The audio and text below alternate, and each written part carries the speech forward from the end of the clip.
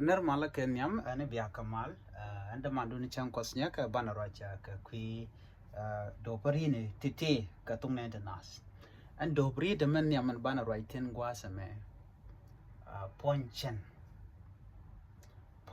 na ngulo damo ponchen ramel ami jeg long la ja tu ka bechu banye mila mi jeg mala togi jin ponchen anon de chular ne mila di duor kwana riet kwana jagor ana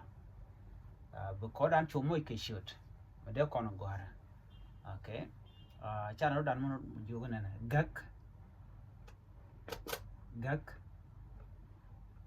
jin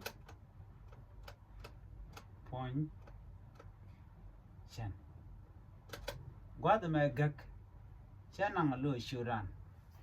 gak shuran ka dobri de no mo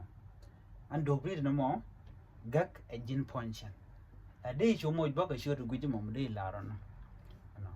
gak jin ponchen ramla mi je la jalle de jin chwal ponchen rawdo gwasa me rawdo na me point de ba shira karami mo la door la ja toga point door dungno jen chet ka ponchen de ngak jen point door lo la door la ja nong dong ba ga ba je tok beral ba je tok de jo jen point door no point door de chular ne gak point door kia point talk but they lare ramla ngwala mala talk ano point talk ano ramla na tuk do la na tuk rek ano gak point talk ano point talk ramla do la ja talk dong da gak dong da matedi du no kariati te gi kono kwa da rudian dial ka te chika ko dia ka re dia kan dial point luom jida karaw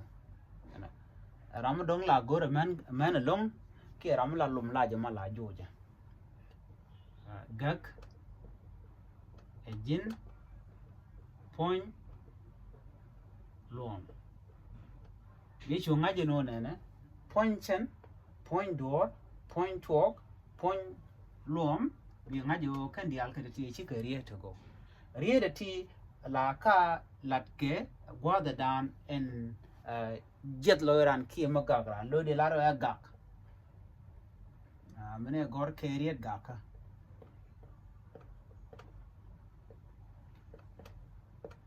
keriet nyot na gak